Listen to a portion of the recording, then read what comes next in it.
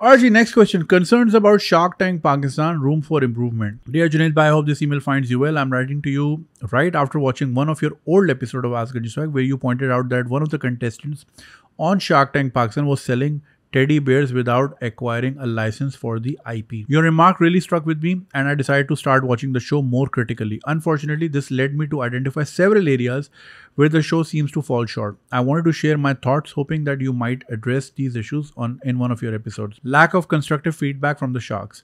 Most of the sharks tend to reject pitches with statements like मेरी expertise नहीं है और आपकी ask बहुत ज़्यादा है. These reasons feel generic and almost copy pasted from Shark Tank India or Shark Tank USA. There is barely any valuable feedback for the contestants to improve their pitches or businesses. Number 2, minimal focus on numbers. A glaring issue is the lack of emphasis on financials. Contestants struggle to communicate their numbers effectively, and the sharks rarely probe them for a proper breakdown of revenues, margins before and after tax, or cost of good sold after marketing spend. This aspect of the show feels underdeveloped, especially since strong financial scrutiny is what makes other versions of Shark Tank so insightful. Number 3, lack of innovation in business ideas. Many of the businesses presented on the show lack originality or innovation. There are, of course, outliers like Tricycle, which I believe is headed by an amazing team with great potential, but such examples are few, far between. The majority of participants don't seem to represent the kind of bold entrepreneurial spirit that we'd expect from a platform like this. In summary, I feel the Shark Tank Pakistan isn't living up to its potential. The lack of feedback, weak focus on numbers, and absence of innovative businesses make the show feel very underwhelming compared to its counterparts. Most companies are drop shipping Chinese products, rebranded them differently. This will not boost our manufacturing at all. I'd love to hear your take on why the show feels so weak and what could be done to elevate its quality. Looking forward to hearing your thoughts in a future episode. Thank you. So काफ़ी important email shark tank Pakistan से related के मैंने एक point दिया था और उसके बाद इन्होंने काफ़ी क्रिटिकली इसको ऑब्जर्व किया और देखा कि उसमें प्रॉपर फीडबैक नहीं है, फोकस ऑन नंबर्स नहीं है. हालांकि नंबर्स पे अगर हम देखें शार्क टैंक इंडिया में वो EBITDA और दिस दैट ये वो हर चीज़ पे बहुत फोकस, क्योंकि यार at the end of the day it's a numbers game. If it's not making numerical sense, what ever product you have won't make any sense and won't last long. End of course अगर आप investment के लिए आए हैं तो numbers पे ही सारा game होना है. लेकिन yes, I also felt and specially the fact कि जब पता चला कि जी दुनिया में सबसे बड़ी इन्वेस्टमेंट हो गई है, मुझे ये भी लगा कि खल्ली वल्ली ऐसे ही चल रहा है. कल एक साहब की स्क्रीनशॉट मैं शेयर स्क्रीन पे लगा देता हूँ, शार्क टैंक से ही रिलेटेड. कल ही मुझे नजर आया, which is why I took this question in the first place. So Ali Khan Swati कोई साहब है, इन्होंने कहा reality check shark tank Pakistan in the startup scene. 36 startups were offered deals on stage in Shark Tank Pakistan. Mine was one of them. Only 4 actually got funded after due diligence. Let that sink in. Applause on stage, silence off camera. This is the reality we don't talk about enough. So Ali Khan Swati जो हैं ये भी shark tank में आए थे, इनको भी investment offer हुई थी और जैसा कि इन्होंने कहा कि 36 में से सिर्फ 4 को पैसे मिले, वो भी काफ़ी स्क्रूटनी के बाद. आई डोंट नो, मुझे लगता है कि as much as I was rooting for the show, मुझे लगता है कि उसका फोकस ये नहीं था कि पाकिस्तान का स्टार्टअप पोटेंशियल क्या है या फिर ये कि हम एक जो स्टार्टअप कल्चर उसको परवान चढ़ाते हैं. हमें शायद ये इसलिए करना था क्योंकि इंडिया में भी हो रहा है और बज़ बहुत है, तो अब हम भी करते हैं. These are different approaches.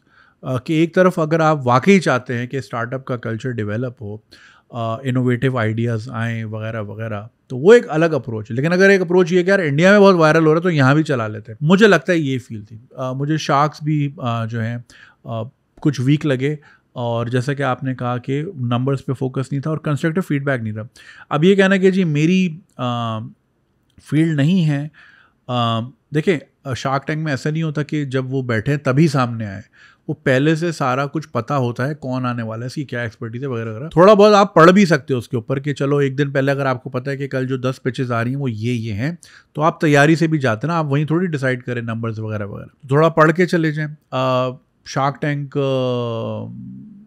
जो हम दूसरे वाले मार्क क्यूबन वाला और ये सारे देखते हैं, तो उसमें बहुत सारे ऐसी प्रोडक्ट्स आती हैं कि वो नहीं लगता कि वो उनका कुछ लेना देना है, but they go after numbers and they go after the potential.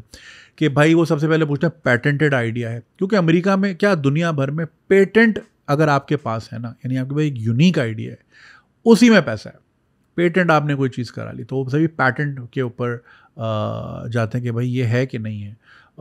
Again कितनी सारी इतनी प्रोडक्ट्स आती हैं, जैसे कि वो एक खातून एक लेकर आई थी आइडिया जिसमें हील जो है डिटैच हो जाती है और वो फ्लैट चप्पल बन जाती है, राइट, फ्लैट शूज़ बन जाते हैं basically, right. It's a great idea, right. तो पूछा पैटेंट है इसका। सिमिलरली वो जो स्क्रबी है, स्क्रबी नाम है, क्या नाम है वो बर्तन धोने का जो है, that guy made millions and millions, right. तो उससे भी यही चीज़ पूछी, नंबर्स पे बात की, कितने सेल किए हैं।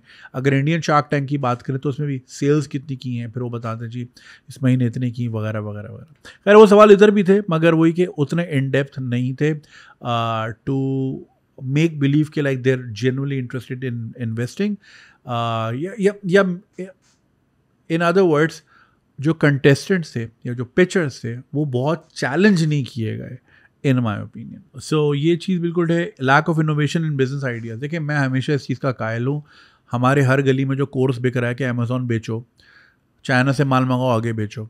अब तो वैसे ही टैक्सेस लग गए, टीमू वाली चीज़ जो 8,000 की थी अब 30,000 की मिल रही है। बहुत सारे लोगों का बिजनेस इसीलिए बंद हो गया। देखिए जब आप कहते हैं ना कि मैं वाइट लेबल करूँगा या मैं चाइना से प्रोडक्ट मंगाऊँगा, तो बस वो इनोवेशन वहीं गटर में बह जाती है, क्योंकि फिर आपकी अपनी इनोवेशन क्या है। अगर आपने माल इधर से उठा के इधर ही बेचना है तो इसमें आपका कमाल क्या है, मुझे ये चीज़ समझ नहीं आती। तो अगेन बहुत सारे लोग ये कारोबार करते हैं and I have nothing against them, Allah उनको और तरक्की दे वगैरह वगैरह। लेकिन अगर पूरा पाकिस्तान यही करने लग जाए, भैया मैन्युफैक्चरिंग पे जब तक नहीं जाओगे आप कुछ नहीं कर सकते दुनिया में, राइट। तो फिर आप रीसेलर बनोगे। रीसेलर होना एक चीज़ है, अपना पैटेंट होना, अपनी मैन्युफैक्चरिंग लाइन लगाना वो एक अलग चीज़ होती है। सो और पाकिस्तान में अनफॉर्चुनेटली स्टार्टअप गेम इतना वीक है कि अगर कोई खातून ब्राउनी बना रही है घर में तो उसको भी स्टार्टअप कंसिडर किया जाता है। सब buzz word. So a lot of pitches lacked genuine content in my opinion. फिर ये कि मैं ऑनेस्टली मैंने पूरा देखा भी नहीं है, मेरा इंटरेस्ट बहुत जल्दी ही ड्रॉप हो गया था बिकॉज कोई इतनी इनोवेटिव चीज़ें मुझे उसमें नज़र नहीं आ रही थी। सो येस मुझे थोड़ा सा वीक लगा, मगर देखें it was the first season, I am sure they will boot strap and go back and learn from their mistakes, और कुछ ना कुछ फीडबैक लिया ही होगा। अब ये जो बात है कि जी 36 को बोला पैसे देंगे, सिर्फ 4 को दिए, तो ये सोच के तो अगला कौन ही आएगा और क्यों आएगा, ये एक बड़ा इंपॉर्टेंट चीज़ है।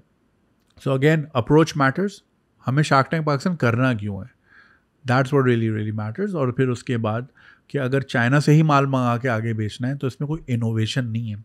आपने सिर्फ बैठ के अली एक्सप्रेस पे या टीमू पे इधर उधर बैठ के थोड़ी सी रिसर्च की है और आपने देखा इस चीज़ का पोटेंशियल यहाँ है, चलो ठीक है भाई यहाँ से मंगाई और यहाँ भेजी। इसमें कोई रॉकेट साइंस नहीं है। Anyone can do that, anyone with a laptop and internet connection can do that. So yes I hope अगले सीज़न में चीज़ें आएँ। अब वही वाली बात ना, teddy bear reselling is not a pitch कि जी ये स्पंज बॉब है और ये मैं रीसेल करूँ, that's not a pitch in my opinion. उसमें कोई एक्सपर्टीज़ नहीं है। खैर I hope it gets better and I hope we get to see better season next time. Thank you. अगर आपको ये वीडियो पसंद आई और आप इसका पूरा वर्जन देखना चाहते हैं तो लिंक कमेंट सेक्शन में दिया गया है। हमारे यूट्यूब चैनल पे पूरा वर्जन मौजूद है और चैनल को सब्सक्राइब करना नहीं भूलिएगा। शुक्रिया।